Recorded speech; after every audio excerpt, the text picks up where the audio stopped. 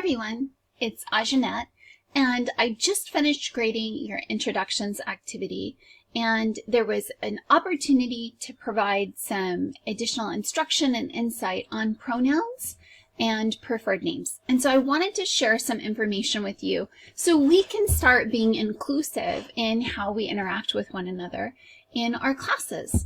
Now, I'm sure that many of you have already learned about pronouns, and many of you may understand why pronouns matter. But for some of you, this may be a brand new concept. So I want to take this opportunity to teach you a little bit about gender identity and pronouns.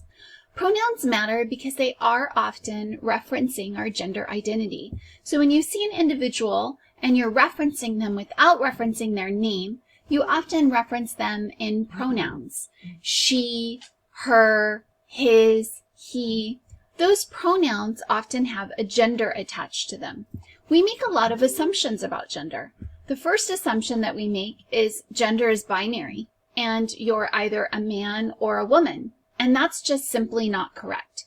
Gender actually is a spectrum, and there are a number of diverse gender identities. Gender is also a reflection of our own cognitive perception of ourselves. So we make assumptions about someone's gender based on how they look, and gender expression does not always match up with gender identity. So we have to be careful about making assumptions. Rather, we need to pay attention to what people say about themselves, how they describe themselves. That's why I ask you to introduce yourself and you share your pronouns. So we as a class can start honoring your pronouns and your preferred name. Because as we've all learned through this activity, when we introduced ourselves, we shared a little bit about our names. Some of us love our names, and we have owned those names, and we have proudly and boldly stepped into those names. For some of us, we're a little indifferent about the name. For others, that name might also bring up a little bitterness because maybe we were bullied in childhood, maybe it's attached to another family member and we kind of live in shadows. So there's all different emotions attached to names. I love my name. My name is unique. I don't run into a lot of people with my name, but it does get me in trouble having a unique name because people remember me. They know I'm the one with the weird name. I'm the one with the name they can't pronounce. So when I say something in a meeting, I stand out. And sadly, I'm a big mouth. I'm very bold and I'm an advocate and I speak up often. Everybody kind of knows my opinion in the room, and that gets me in trouble sometimes. But pronouns are really, really important. So I want you to be mindful of how someone introduced themselves in this forum and how they provided their pronouns, and honor those pronouns, even if it violates some of those assumptions that we make initially. We see their picture, we see their name, so we make an assumption about, oh, what is their gender identity? Gender identity is something only they can express. So when we're talking about gender, it's something that comes up later on in the class, but I want to give you a heads up right in the very get-go. Gender is intertwined with other important social identities, and that includes our gender identity, our gender expression. It also includes our sex, and it includes our sexual orientation or our sexual preference, or our sexuality, or different ways that we reference those things. And so when we're talking about our sex, right, that's referencing our genitalia. That's referencing biologically and genetically maybe how that triggered the genital development when we were in utero. And we often think, oh, well, is it a boy or a girl, when a baby is born? In reality, there are intersex individuals. In fact, statistically, there are just as many intersex individuals as there are redheads in the world. And so, although it's not something we publicly see, we recognize that a good portion of our population has genitalia that is neither clearly primarily male or clearly primarily female. And their genitalia may or may not align with their genetics. So they might be an XX chromosome but still have genitalia that reflects more of a male typicality, or vice versa. And for various reasons, the sexual genitalia does not develop in the same way that it is normally predicted to develop, right? But that doesn't mean they're abnormal. That just means that they are part of the diversity of what we consider sex, right? Same thing for gender identity. Gender identity reflects our cognitive perceptions of our own gender. So it's not a label we can put on people. It's only something we decide for ourselves. So I view myself as a woman, and when my sexual genitalia aligns with my gender identity, that's what we call a cisgender individual. Cisgender, C-I-S, gender. When your identity does not align with what would typically be expected based on your genitalia, we reference that as transgender. Now, be careful, because sometimes we assume transgender is also binary. You were born with male genitalia and you identify as a woman, or you were born with female genitalia and you identify as a man. That is not correct either. Transgender individuals can also just identify with anything on the spectrum that doesn't align with their sex assigned at birth. We assign sex at birth. The doctor does, based on what our genitalia looks like, right? The gender identity is something that we shouldn't be assigning anybody, and we shouldn't be assuming about anybody.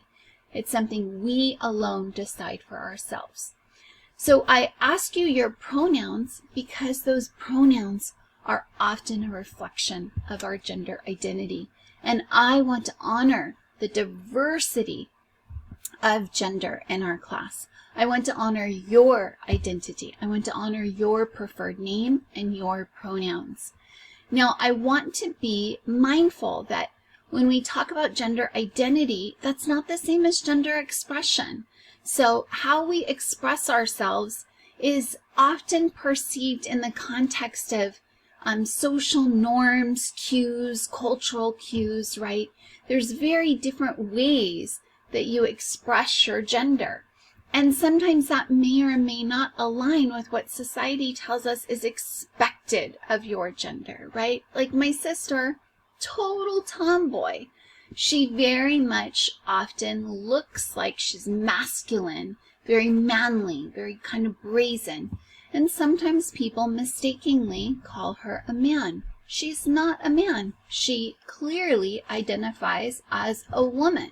And so her gender identity is not a reflection of her gender expression, or her gender expression is not a reflection of her identity. So be careful about making assumptions.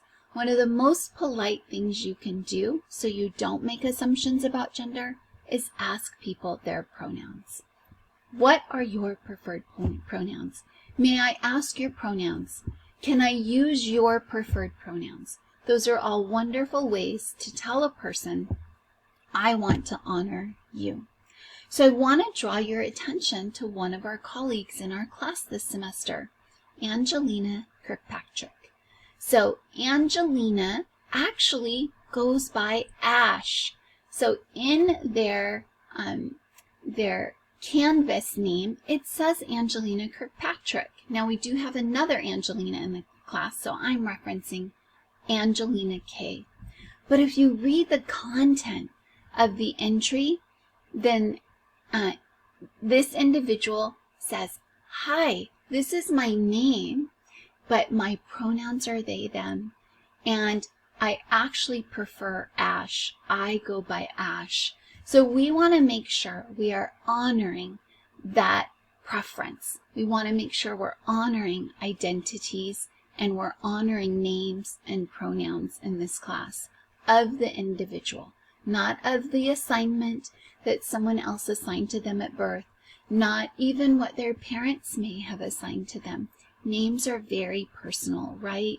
And so I want to make sure in the class we're honoring the names and pronouns of the individuals as they have presented them to the class.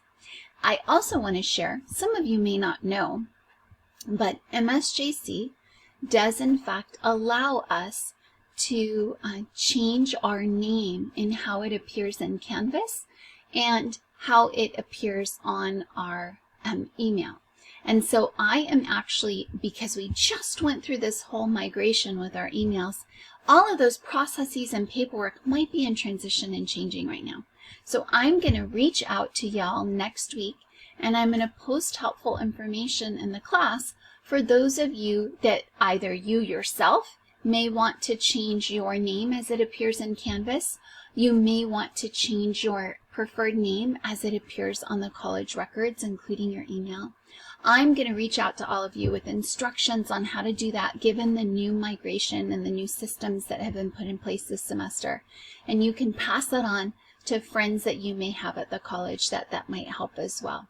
Otherwise, in this class, I welcome Angelina Garcia, I welcome Ash Kirkpatrick, and I welcome all of you to please use your preferred names, your pronouns, and please honor one another's individual identities and individual pronouns. And I want to thank you, Ash, for being brave enough to share your authentic and true identity and self with us. And I also want to thank you for allowing me to put together this teachable moment for our class. So I know we have a couple of names that are repeated.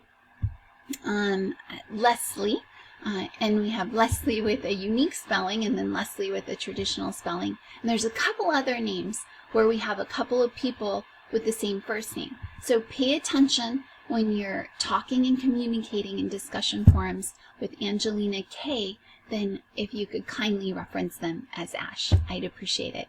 Thanks so much, everybody, and I am looking forward to learning more about you and to help you really step into your own personal growth and learning and embracing your identities and celebrating the diversity of the class and celebrating the uniqueness of who you all are. Thanks so much. Bye-bye.